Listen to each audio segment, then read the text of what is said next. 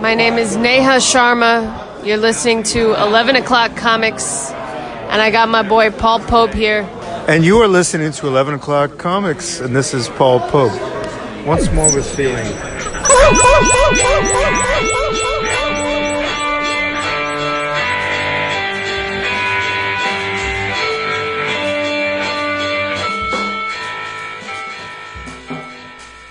Back to normal. Okay. Yes. More ways than one. It's true. Gang's all here. Woohoo. Whoa, that's hurtful. It's getting a gang back together episode. This is Jason's favorite of the year. Love it. Coming back together. More than like Voltron, Vince, but Dude. we're the whack-ass three-person Voltron, a three-figure Voltron. Yeah, we're missing a leg and an arm, but that's okay. Yeah.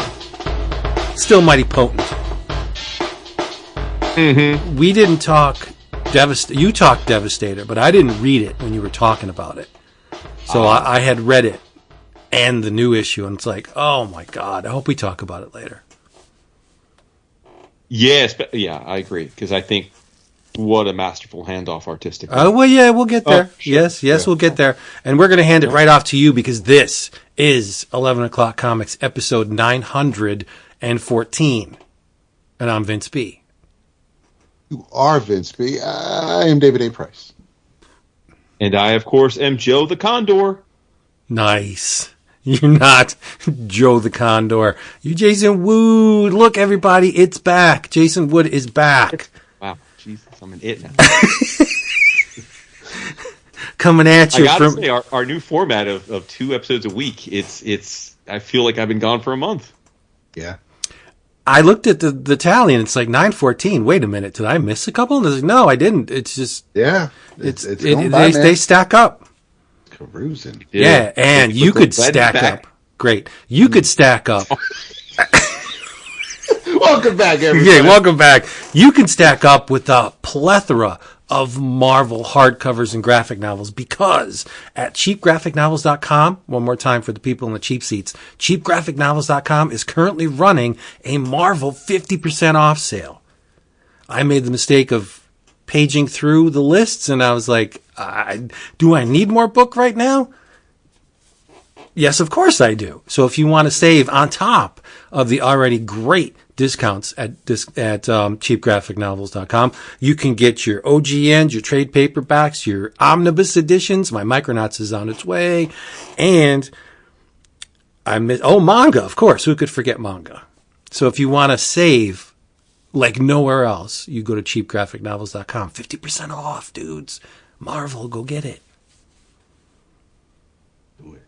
Go get it. And Jason's back and we're all happy. Yeah. What up, peoples?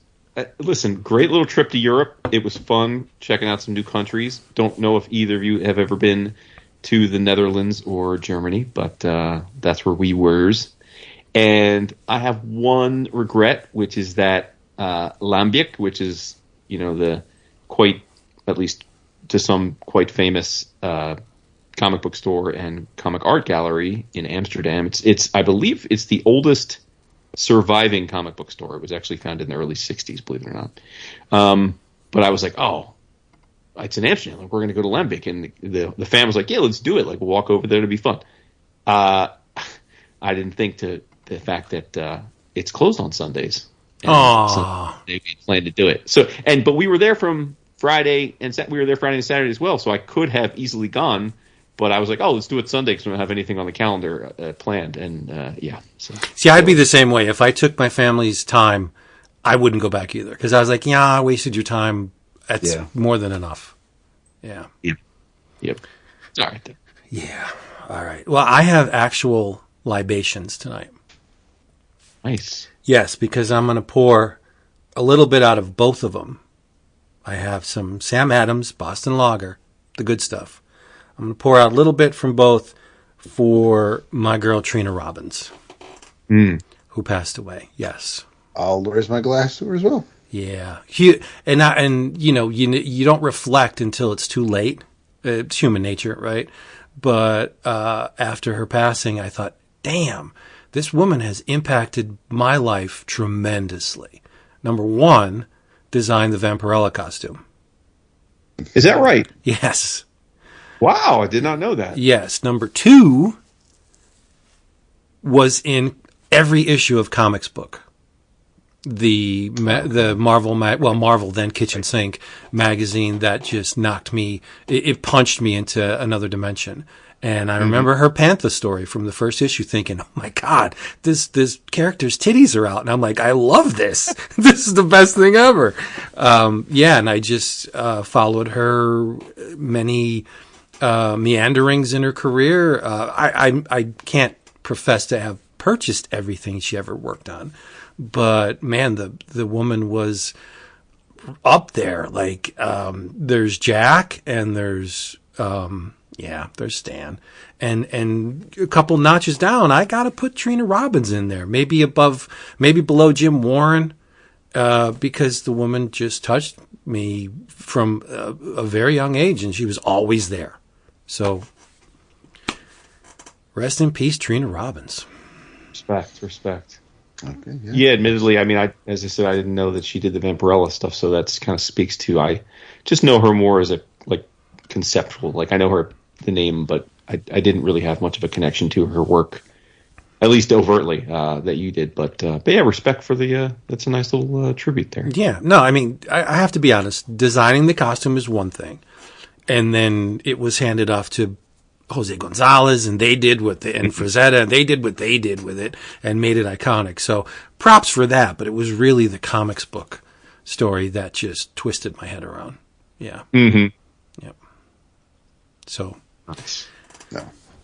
The lady. Absolutely makes sense. Yeah, she's also, I mean, of course, and I know Jason and I have that Tits and Clits collection that Fanta put out last year. She's in that as well, but yeah, I know her mostly from her mainstream work, but she it's weird. It was a shock, but it wasn't a shock. It was just it was expected based on her age, but still, it's not something that I wasn't expecting to see it when I opened up the internet. Well, we never do, right? Oh, sorry. That's true. No, we never do expect it. That's why we always tell you people that if you see, especially an aging comic creator at a show, make sure you go up to them. If you're in the mood, buy something. If not, just tell them what they mean to you. Like, I'm sure you'll make their day. I mean, we talk about it a lot, but think about the moment you had with Kubert, right? Getting him to sign your arm, and you again, like that could have easily never happened, right? Just because you got busy, or like, oh, I'll see him again. I was thinking about that. How many OGs do we see because we go to a lot of cons, and they're at all the cons, and I mean, some we've made a point of talking to, but some are just like, oh yeah, they're always around, and then I think like, well, what if, like, what if they're not? Yeah. Yeah. Yeah. Here's a morbid question, and it's totally off the cuff. What's the age where you're like, okay, yeah, like another, to kind of, as Dap was alluding, like, there's a certain age where you see someone pass, and you're like, oh, that's a bummer, but like, respect, like they've lived a life, like, and I think for me, and there's no science behind this. I just thought of it. What number? 85. That's the number that popped into my head. Oh, there you go. I was thinking like 82, 83. If I make it to 80, 85, I'll be like, damn, I had a good life. Yeah. Facts. Yeah. I mean, yeah. Totally don't expect for myself to live to 80. But I'm thinking like, yeah. When I see 85, I'm like, man, you've lived your life. Like, good for you. Like, respect. Well, in another year. How old was Trina? I don't even know. How old was she? I don't have any idea how old she was. Oh, just. She was 85. There you go. Good life. See? A life well lived. See, my grandfather was like mid-60s when he died. My dad was 59. Yep. So I'm thinking if I make it to 60, I'd be like, cool. This is good. But I'm sure. Yeah, I mean, fingers crossed, I'll make it to well past 60. But, Oh, for sure. And unless my past misdeeds catch up with me. If you had asked me this question when I was like 20, I might have said a younger number, but now it's like, okay, well, I'm approaching 50. My dad's 74. Beth's parents both passed away already, and they were in their mid-70s. So, and that was a bummer and unexpected. So I'm like, nah, the mid-70s is still, that hurts still. That hurts a lot. Yeah. Because you still got young grandbabies probably. It's still a wound, man. So it is. So, Trina was legit. Yeah. Too legit to quit. And she was working right up until her death, basically. Oh, yeah, right? just like Ramona. Yeah. Yep, just like Ramona. Ramona was a workhorse, man. She was banging out commissions, dude. Yep. Like for private collectors, literally until the week she passed away. Like, well, she was crazy. probably making up the slack from, not having, I would guess, a pension of any kind, right? Yeah. And maybe some Social Security, like who knows? But where the government failed her, she had to pick up the slack. So for sure, yeah. And it probably kept her, like engaged. I think she enjoyed it, right? Like it probably was like, kept her focused and her mind sharp. I'm telling you, you gotta search for those SpongeBob issues where she does Mermaid Mad and Barnacle Boy. They're so good. The strips are just really amazing. And they're probably expensive now because all the SpongeBob issues have risen in price. Really? Yeah. Why is that? Because the print run was not high, just like The Simpsons. But I feel like if you wanted to, SpongeBob has fallen off of the cultural map, though. Like I don't know. If you ever wanted to complete a Simpsons run, it would cost you a good amount of money because for the specific reason where the print runs were not that high. Especially towards the end, I think like the last issue goes for good money. It's silly. Huh. They should all have been reprinted by now. There should be Simpsons omnibus editions readily available and SpongeBob ones. But I don't know what's up with Groening. Like, I don't get it. Meaning what? Meaning, why doesn't he make money on all this stuff that he has in the closet? Like, he's got tons and thousands of pages of work. That he's not. They reprint them in those really thin volumes. Like, we had the Abrams editions, which was great, but those were just the Treehouse of Horror. There's like 250 single issues of The Simpsons that have almost never been reprinted in any form. Isn't it though? I guess the simple. So are you just talking about the stuff that's not in circulation, or are you talking about selling the art itself? No, the actual comic run published by Bongo. They reprint single stories here and there in these,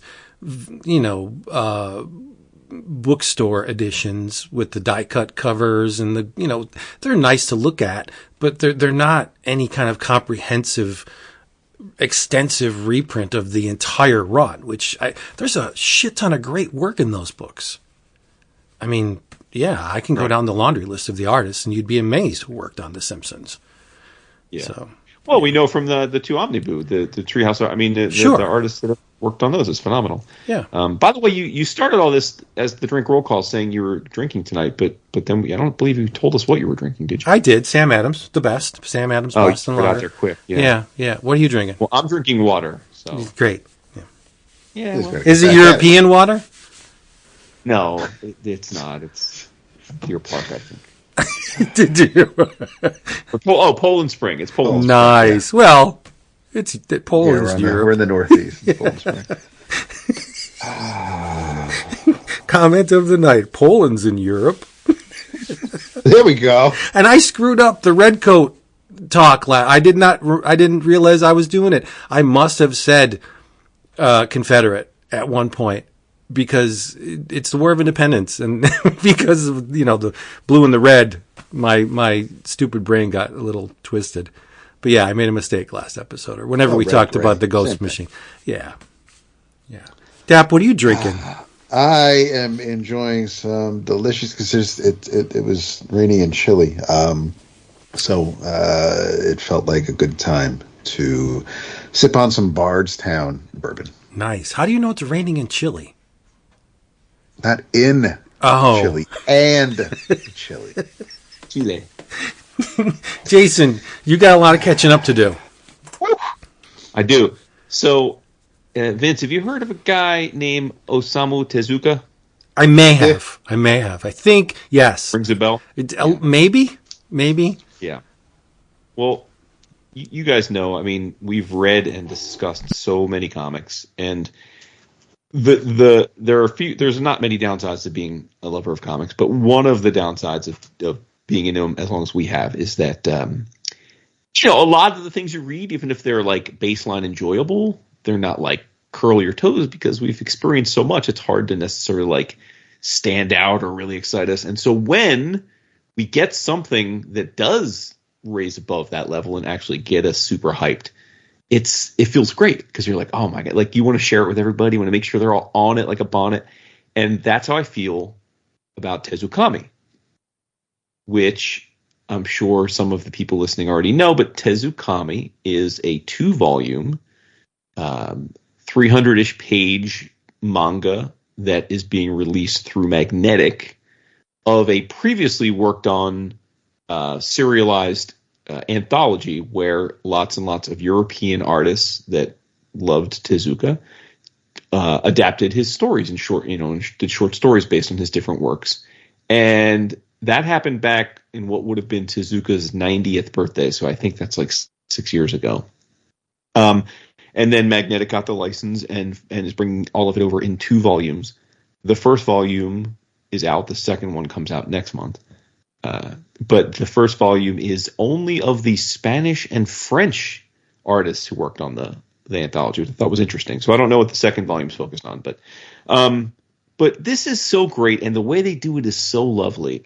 It's because they give you a page basically explaining the manga that it's inspired by or taken from, and it'll give you a little paragraph or two about when it was written and what it's about, and what, if any, comment about what Tezuka thought of it or where it kind of ranks in importance, and then you get the story, and then after the story you get a little 1-page almost like zine style interview with the creator or creators, depending. Some are written and drawn by the same person, some had a writer and an artist, and it's just so wonderful because it's like if you're, I mean, I'm sure Vince has read like everything Tezuka's done, but like I feel like I am a big fan of Tezuka and have read, I guess, the quote unquote most important or maybe most well known work.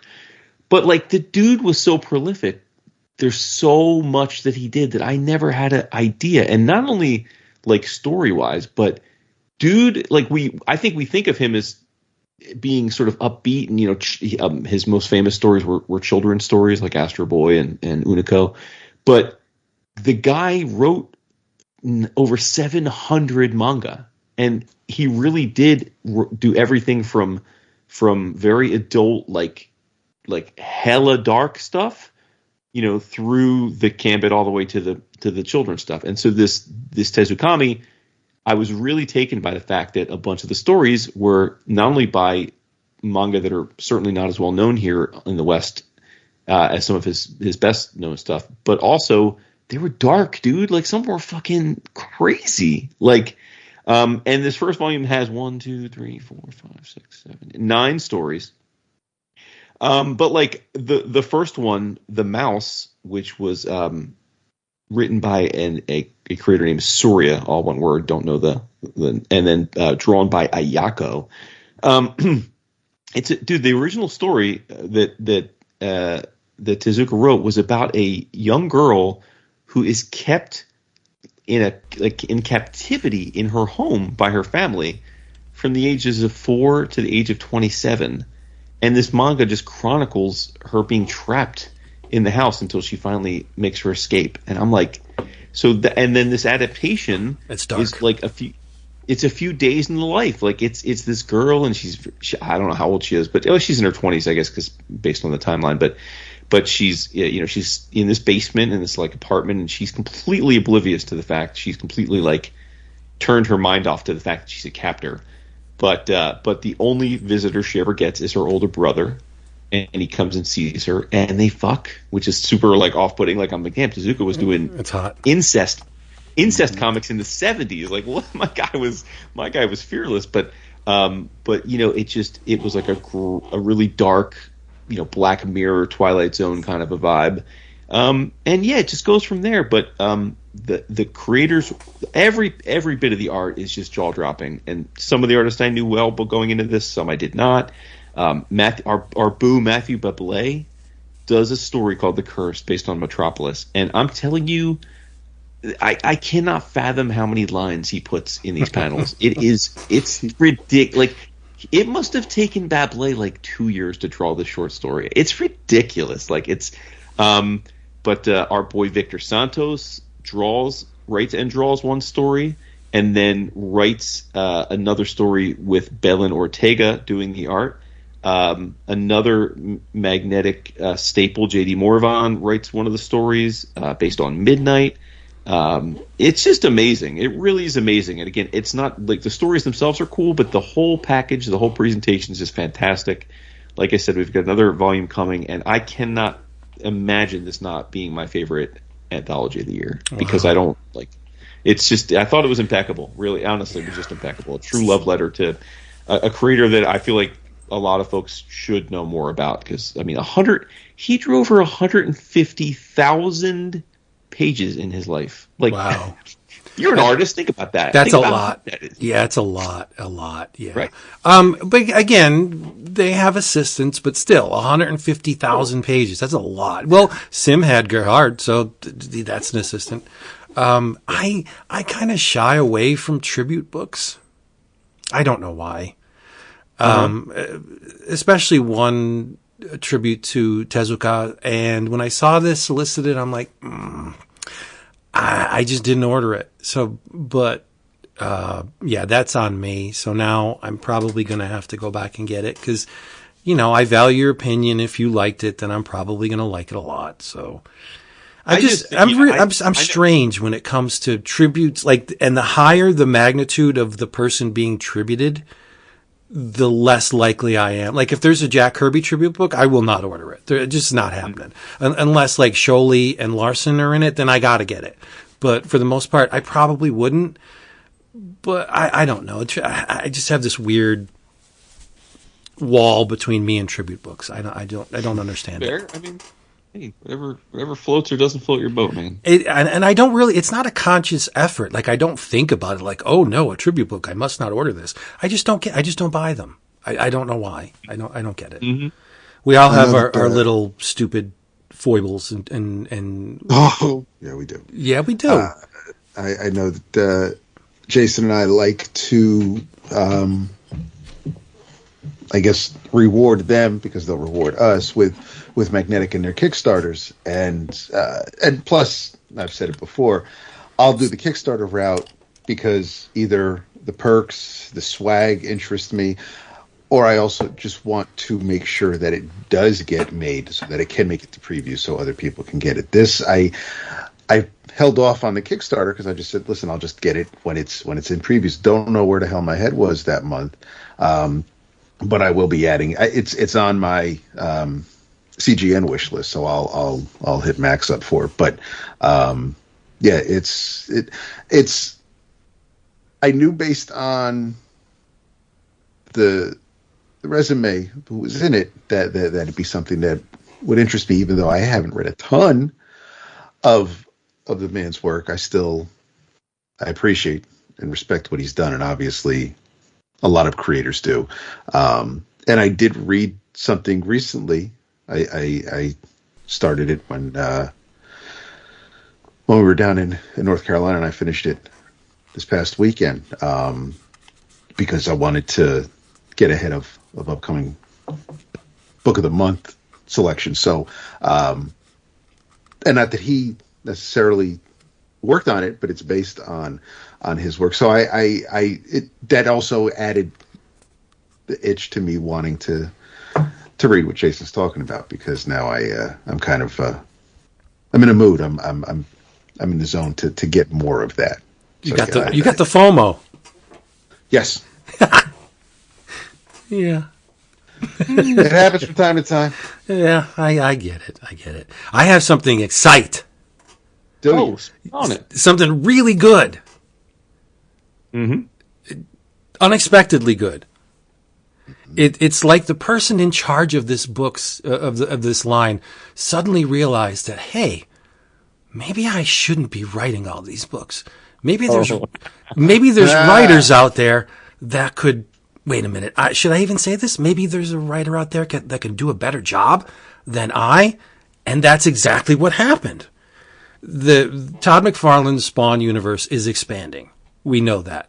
We're getting probably a total of 10 books Not all monthlies, but we're getting some miniseries, some ongoings, some one-shots. He's really hitting the Spawn universe hard because he saw what kind of money he made off King Spawn and Spawn's universe. So he's like, all right, let's put out more books. But to date, he has been writing the majority of them. Not so with this, because this was written by Erica Schultz. I should say, I don't want to just say written. It's extremely well written by Erica Schultz, especially in comparison to the stuff that came before. Illustrated by Zé Carlos. The color art is by J. David Ramos, Marcello Izzoli, and Mr. Placencia. It's called Rat City #1, and it just came out Wednesday. It feels like Spawn 2099.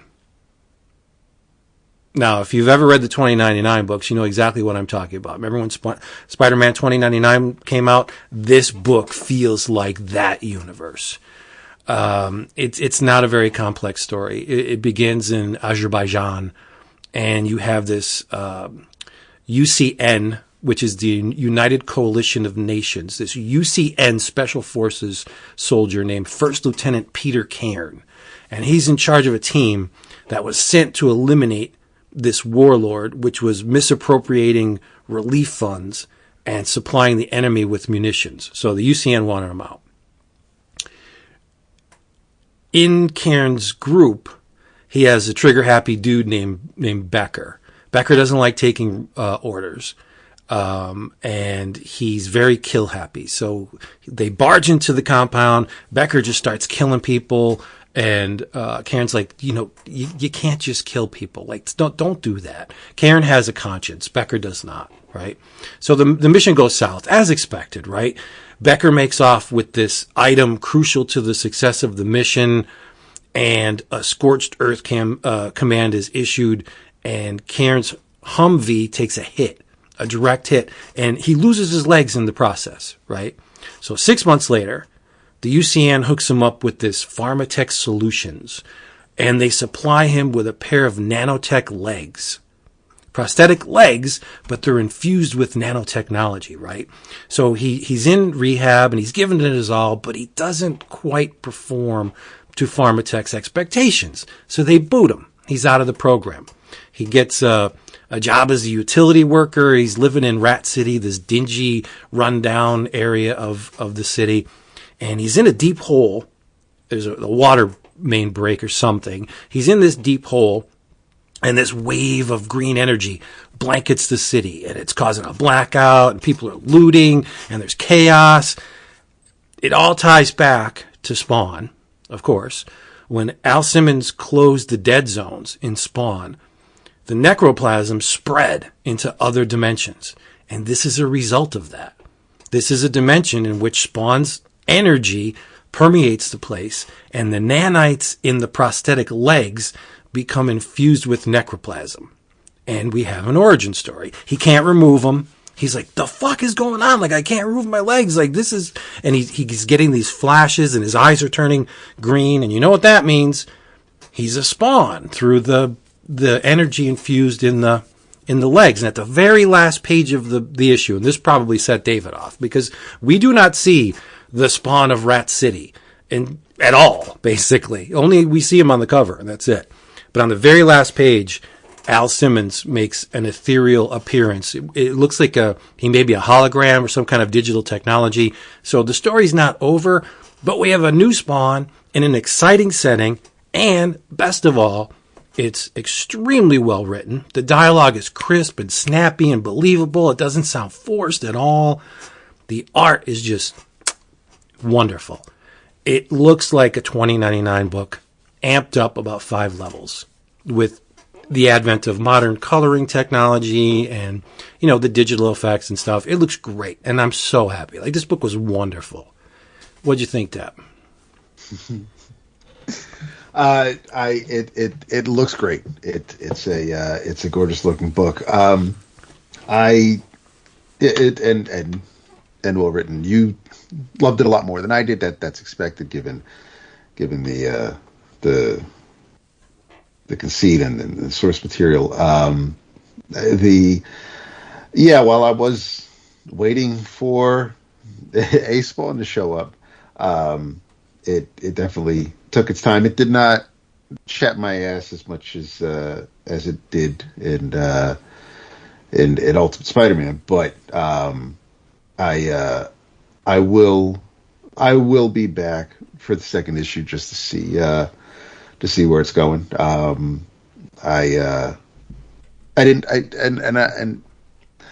I did read Spawn. Was it 350? And good luck with that. Yeah, I know. I read it just for the hell of it, just in case we were going to talk about it. So at least I'd have some context. But obviously that was the first issue of Spawn I had read in years, and I haven't bothered with anything else. Gunslinger, King, whatever the hell else he's got out there. I haven't checked out anything else. But the cover of this, and we never judge a book by its cover, but the cover intrigued me, and it's a great looking suit, as did the name of the series. I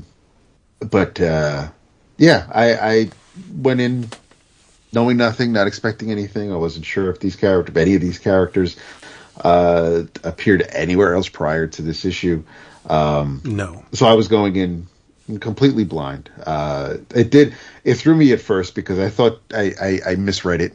I thought the opening scene was 2017, and then all of a sudden, like we're in what the hell was it, like 21 6 months later, and I'm like, wait, this is all very futuristic, and then I realized, oh, okay, it was 2107. So we're not even anywhere near what's going on today. But no, and again, I have no idea if I don't know if I'll still be around by the time it ever comes, but if there's going to be a crossover that Todd wants to do with all of his titles, then you can bank on it. You can bank on it. And I'm sure we'll find a way to connect Rat City to that, and whether or not I'll, like I said, I mean, whenever that is down the line. But I did dig it. I didn't. Nice. Yeah. Well, he has set a precedent with Gunslinger, because Gunslinger was pulled from the past. Why can't this Spawn of Rat City be pulled from the future? So, yeah. No, I'm just so happy. I want to give Erica Schultz and John Layman big hugs for upping the ante in the Spawn universe. Yeah, it's a pretty low bar, but they're doing just excellent work on these books, and it's fun. For $2.99, they're the most value on the stands. Cardstock cover, 22 plus story pages. Like, how could you pass these up? If you're a Spawn fan, you should just be buying these, because it's not going to break the bank, and you're getting a very admirable high level package. They're not self covers, right? There's some care in the production of these books, and I'm impressed. It's crazy that there's 3 color artists on the book. Well, there's a lot of color in the book. Jason, did you read Rat City #1? No, not yet. Yeah, well, it's on your stack. I know it is. Oh, it's near the top. It's fun. It's so much fun. Yeah. I think it's right after I read Carnage. I'm gonna be all about it. Oh, so I'm guessing never then. Right after you read Carnage? You should read this before Carnage. It's better. All right, I'll move it up. All right. Ay. What else do we have? He's so cute. I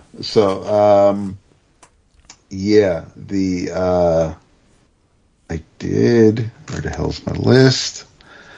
The one thing I didn't talk about that was going to be my new travels in the last episode that I wanted to make sure that I gave it some time, because it was something that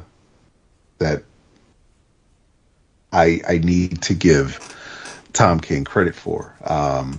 Nobody was looking for, nobody was expecting, nobody was asking for a sequel to the man who has everything. But Tom did a real nice job with Wonder Woman #7, in kind of doing just that. This issue is just Superman and Wonder Woman in a mall, in an intergalactic mall, looking for a gift for their friend, for Batman. And it has some wonderful, just nice, heartfelt moments. You can definitely feel the friendship between them all. It is illustrated. It's not a fill-in issue. It's a pause on the current ongoing arc in the relaunch title. But the name of the issue the title is Gifted, illustrated by Guillaume March, who is changing up his style a bit. It's not as pretty or polished as I'm used to, but it's still it works here. It's a bit more looser than what I tend to see by the man. Arif Prianto on colors, Clayton Cowles on letters. But it's we kind of just start off with the first page is definitely not going to be it's not going to win any awards from Vince, because the first page is just nonstop repeat panels. So but of course it's also to show time passing or travel. But Diana gets to where we got to go, and we're kind of playing it for laughs almost at the start, because we all know how much fun it is to park at a mall, and if you're Jerry Seinfeld, how much fun it is to look for your car at the end of the shopping day at the mall. But you have some funny moments as far as like at the at Earthbucks, aka Starbucks, with misspelling Superman's name. So we're going for that easy laugh. But Clark is also trying to let Diana know that she can depend on him. He's there for her. He knows that tying it back to the main story in the book, and what she's facing, and she's really not having it. This is her battle. She's really adamant about that, not just obviously with Clark, but with her sisters in previous issues. And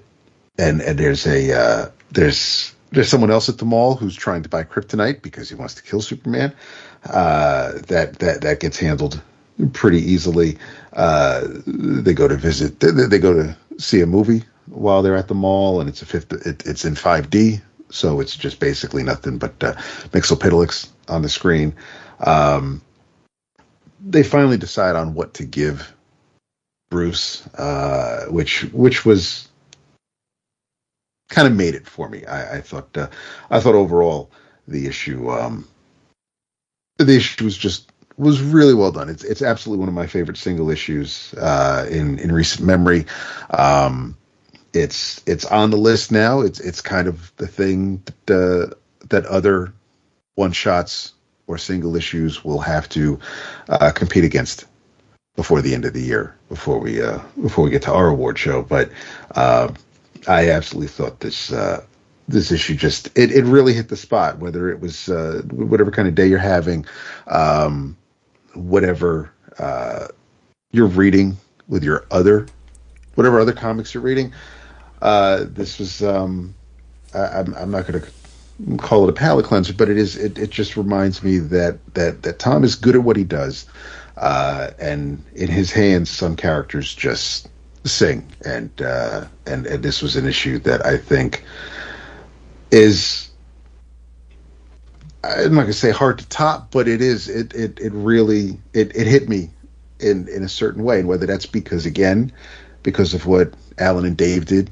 in that Superman annual back in the 80s, whether it's just the way I'm feeling right now as I'm getting older, whether it's just these characters, it's like a perfect storm. There's just a whole mess going on in these pages that just make me really happy that this particular issue exist, and Tom got to tell it with some pretty pictures. So I definitely, like I said, it was meant to be my In Your Travels last week. Didn't want to just give it a quick little once over. I'm dancing around as I'm flipping through the pages now because I know Caleb loved the issue. Haas did as well, and I think even if you're not reading Wonder Woman in general, or you haven't read it since Perez or Azzarello and Chang, this is a nice little done-in-one issue. I would definitely recommend someone checking out. But yeah, I thought I really enjoyed this issue.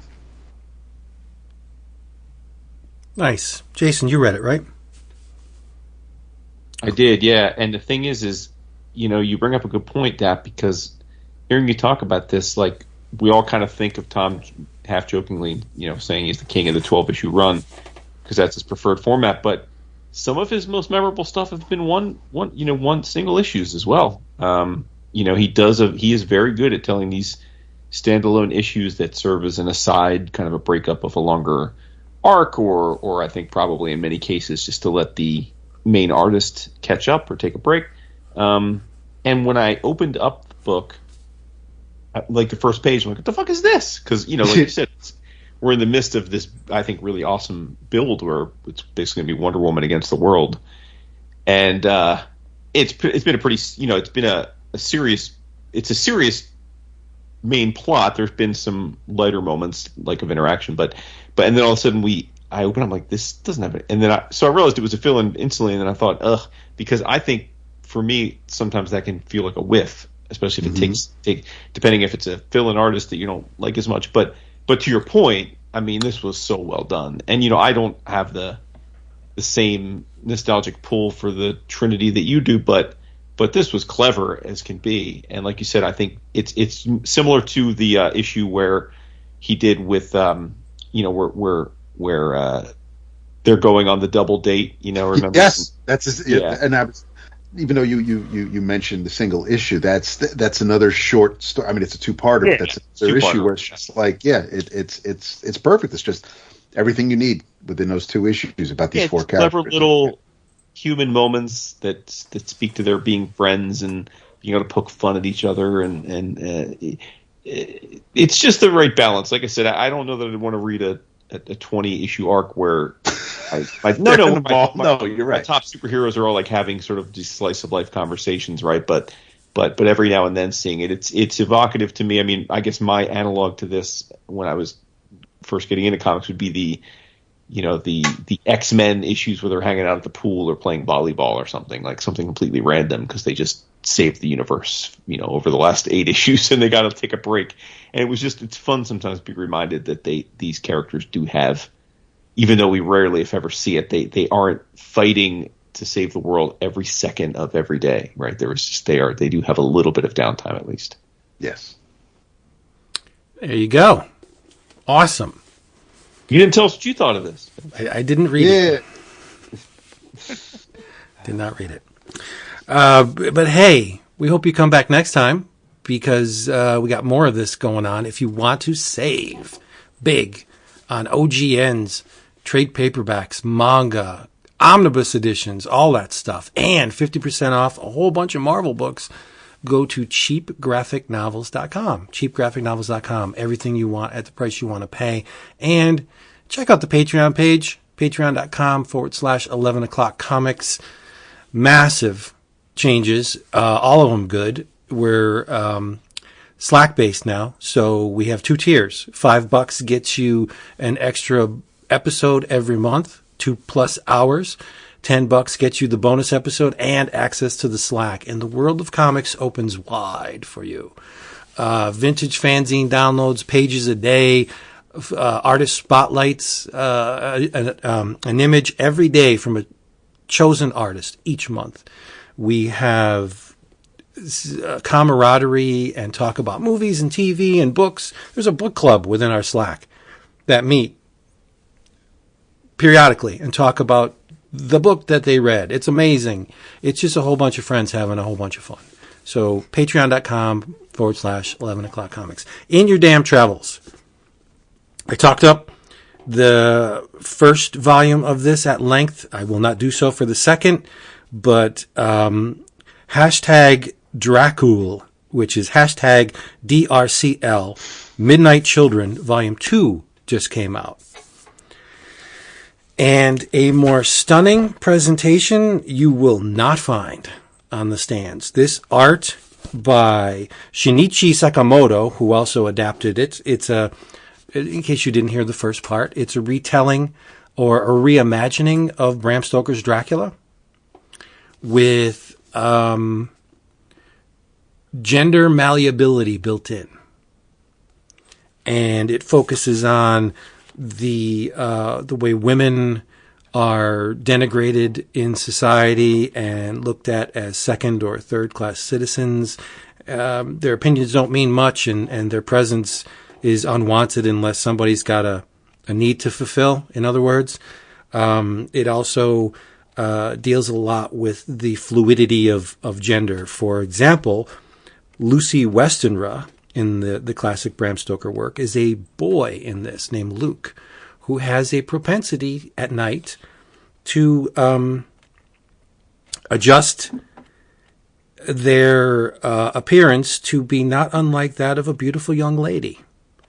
Of course, Dracula enters the picture in this one, and Mina, who is cast off because she's the only girl in a British boys' school, and the school is specifically designed to groom young men for service to the crown in roles of leadership. So what is this girl doing there? And they all hate her because she's a girl, but she can, like I said before, she can carry herself very well. She's resourceful and energetic and smart, everything they don't want her to be.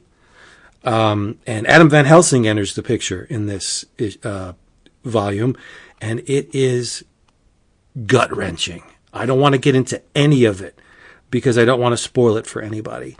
But without even entering the frame or the panel until 2/3 of the book, Dracula is an absolute bastard. And we know that, right? Because of the novel. But I think in a lot of adaptations, he's just a monster. But in this one, he's a cunning, deceitful, bloodthirsty, of course, downright bastard. And he's a great, great villain in the hands of Sakamoto. Like, this book is meticulous. It's intricate. The art is just so elegant and disturbing at the same time. It is a wonderful, wonderful work. It's a little pricey, though. It's from Viz, and it's a signature edition. Every volume's $27. But it's well worth it. They're hardcovers, of course. Well worth the money. So and I don't think this is one that ran for a very long time. Like, I would be surprised if we get 5 volumes out of this. But I haven't done any research, so what the hell do I know? So just check it out. Dracul. It's Dracula without the vowels. Hashtag DRCL. Midnight Children, Volume 2. It is absolutely amazing. Go get it. Nice. In your travels, I did read the 3rd issue of Pine and Merrimac. I'm not going to go too far into it, except that we do get a little bit of our heroines of Linnea's days as a detective, a police detective, and kind of see a little bit of why she is the way she is, and that how she became the woman that she is. There's, again, like the earlier comic I mentioned, there are some tender moments between our main characters here, as well as a lot of furries, and there's the plot thickens. I will say that this the art continues to be amazing. By Fran Galan, and again, it's written by Kyle Starks, lettered by Pat Russo. It is from Boom Studios. This is one book where I don't spend any time guessing where it's going. I have faith in Kyle, kind of like I did with, I Hate This Place or pretty much anything he writes. I trust him. I'm along for the ride. Wherever we're going is where we're going. I don't need to jump ahead of him. I don't need to figure out anything. I don't need to worry about where things are all going to add up and where all the avenues are going to meet. I'm enjoying the story, and that's exactly what I'm doing here. This is nuts. The first issue may have been, kind of calm, or at least setting things up, and the second issue dialed the nutty up just a tad, but this one is really kind of taking it. It looks like it could be taking it to a new level. But yeah, I thought it was a great issue. Just another issue of a great series. In your travels, Pine and Merrimac #3. Nice. I love that book. Yeah. So in your travels, I want to talk about Brian K. Vaughan for two reasons. One, while I was on vacay, I reread for the third time all of Saga.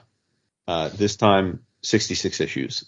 I had read the first 60 and was saving this last arc to read when I had the chance, and then I thought, you know what, I'm just going to got a long flight, got a 9-hour flight. Let me go back on that journey, and so I reread the whole thing, and it's just impeccable. And the thing that's fascinating to me is that we're 66 issues into this thing, and there's been very little development of where I think you think it's going to go in the first issue or two, which is that you meet this little girl, and she's obviously the offspring of two warring worlds with different species, and you think, okay, and she's narrating as an adult to you about what had, in the past tense, and you think, okay, as this story goes on, we're going to see her get older and older until she's a grown woman, and she's going to be this Princess Leia level important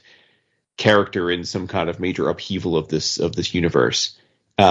If that's where we're going, then they must be planning for like a 3,000 issue book, because this is still, we're 66 issues in, and the main characters are only a few years older than they were when we first met them, and I find that fascinating. I really do. It's really one of the main draws for me now. It's like that they have decided to take this, I think, much more measured, character-driven approach to these specific people without giving you the carrot of why, if ever, they're globally or intergalactically important. And it's just amazing stuff. Not that I need to sell people on Saga, but and then the other reason I wanted to mention is that I also read the first 150 strips of Spectators, which is Brian K. Vaughan and Nico Henrichsen's webcomic that is distributed at least primarily through Brian's Substack.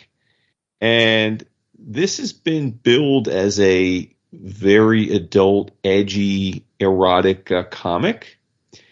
And I got to be honest, like I said, I read 150 of the strips, and it's going to go to 300. I think they're in like the 180s, 190s right now. But it's pretty light, man. On like, you tell me it's going to be no holds barred erotica. I need to see more. I don't know. Like, there's a few moments of like graphic sexuality over the book, but most of it is about the protagonist who's dead. There's spoilers, I guess.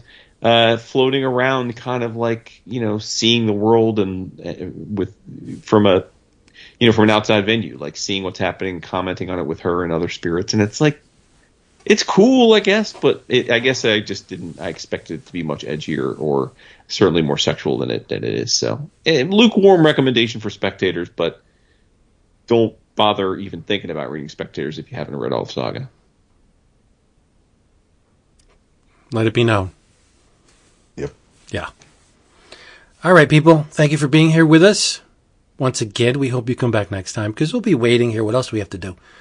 and get yourselves to a comic shop and buy a whole bunch of books and read them and love them and talk about them and then come back because you need to say goodnight. No more sounds at the end of the episodes.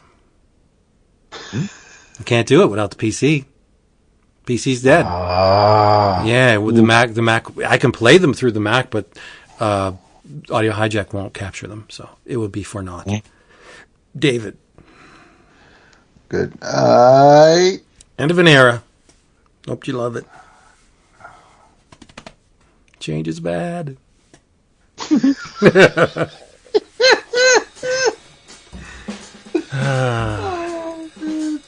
That is a shame.